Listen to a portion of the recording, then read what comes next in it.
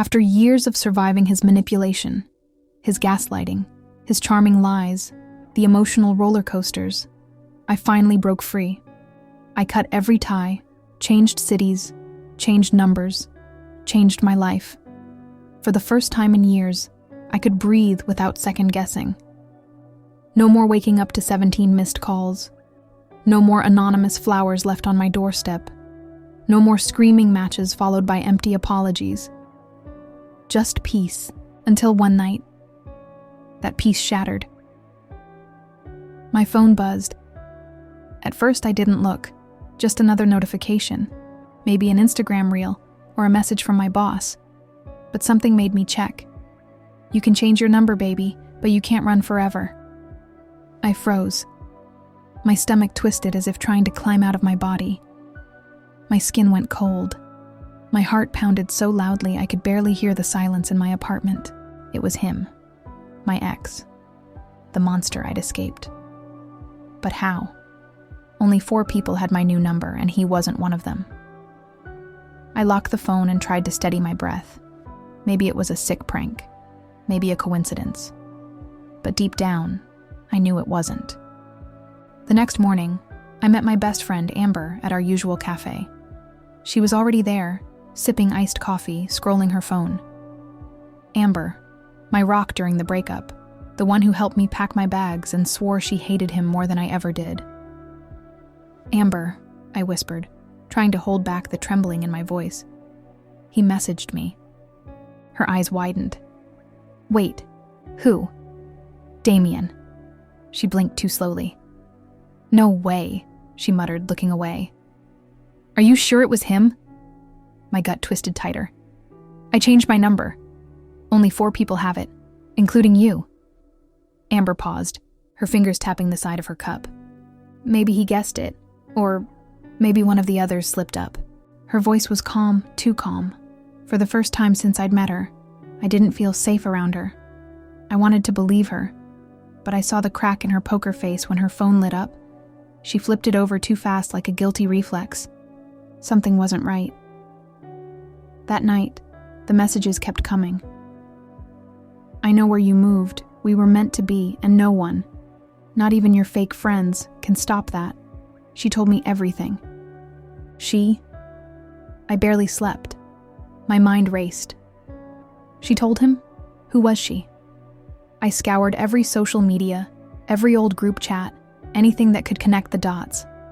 Then I found it. A photo, posted by a mutual acquaintance.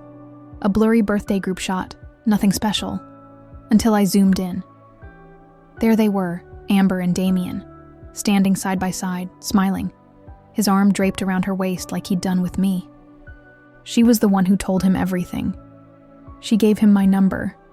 Every hug, every "I got you," every tear she wiped from my face suddenly tasted like poison. I stared at that photo, heart pounding, fingers trembling. The betrayal wasn't just painful, it was surgical, strategic. She hadn't slipped up. She was feeding him my life like a buffet, and sitting right next to him. I wasn't about to let them get away with it. I didn't cry. I didn't scream. I didn't even text her. I went silent. Because silence is where power grows. And I needed all the power I could gather. I started observing, tracking. Amber's patterns, her routines, her slip-ups. Suddenly, every "oops, I forgot" felt like a setup. Every coffee meetup was surveillance. Every hug, a wiretap. She thought I was dumb, broken, predictable, but she had no idea. While they plotted in the shadows, I built my own. I started with Damien.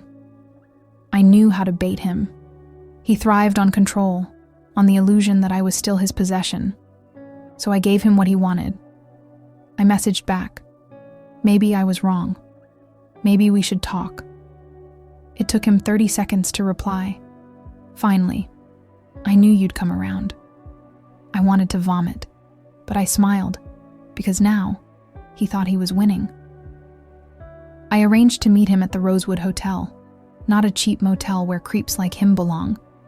No, this place had cameras, security, witnesses, a paper trail. I wore a wire, not for the cops, yet, but for me, for proof. He walked in, all smug swagger and cheap cologne, thinking he was James Bond and designer knockoffs. I played along, even let him hold my hand. "I missed you, babe," he said. I almost laughed. He launched into a speech about how Amber came to him with concern, how she was worried about me, how she just wanted him to help me heal. Help me? The man who broke me? Amber didn't just betray me.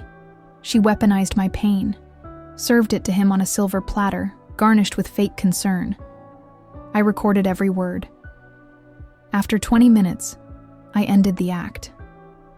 I leaned in close and whispered, "You just confessed to stalking and conspiracy.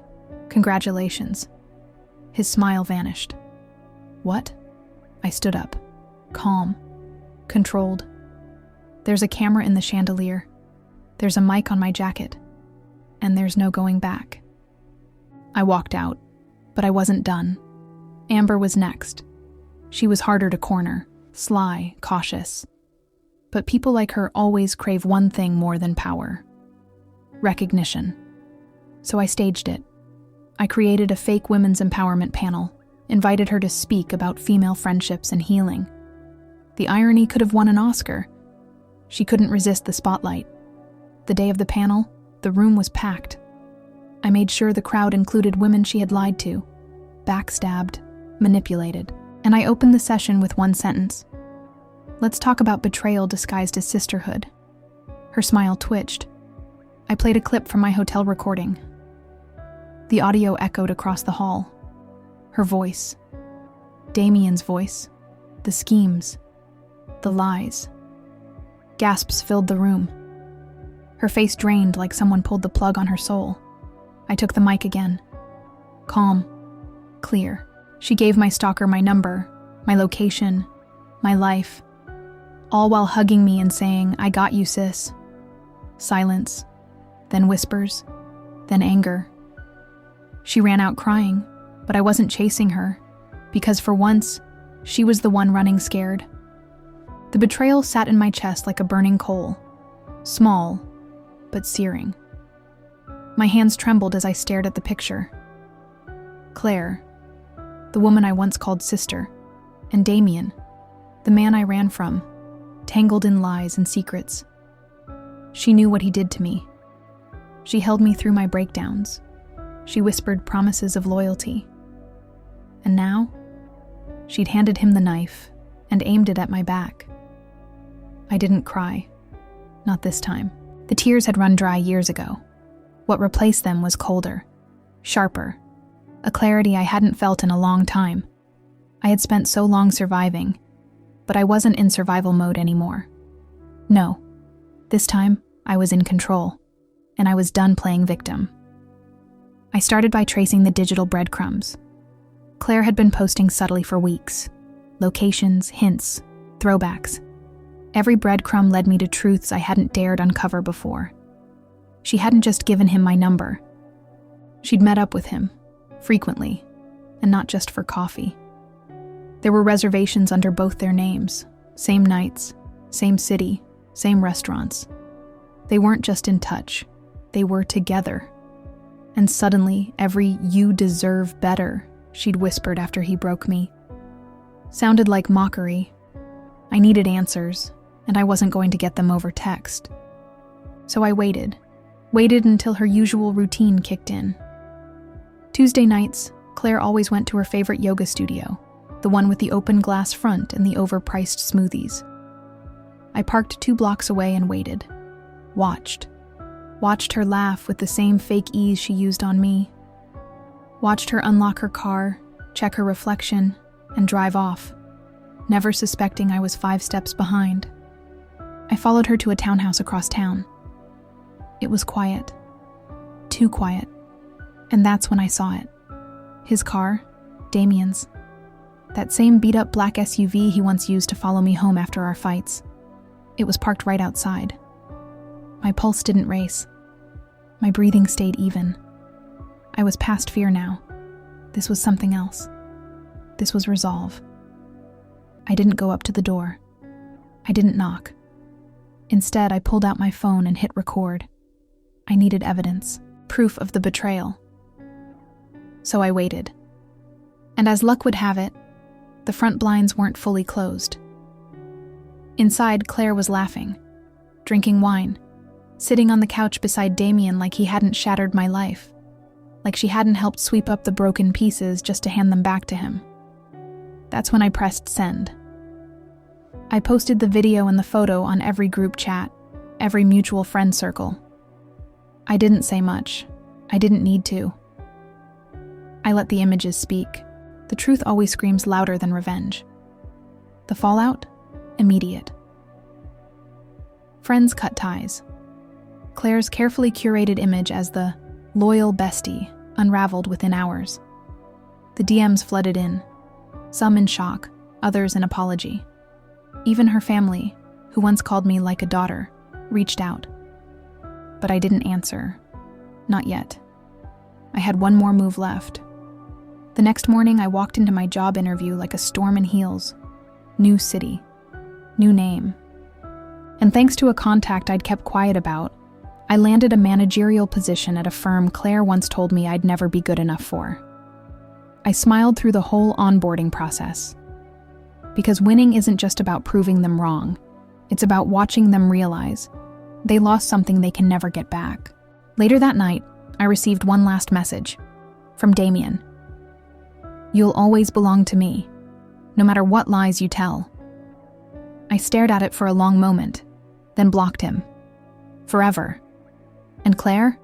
She tried to call, once, twice, then from another number.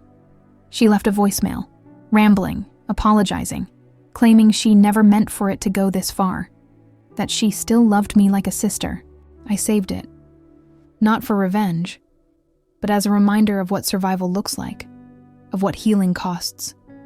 Because healing isn't always gentle. Sometimes it burns. Sometimes it roars. Sometimes it takes burning down everything and rising from the ashes, not softer, but stronger, unshakable. And me? I'm not running anymore. If this story shook something in you, if you've ever been betrayed by someone who wore a mask of love, you're not alone.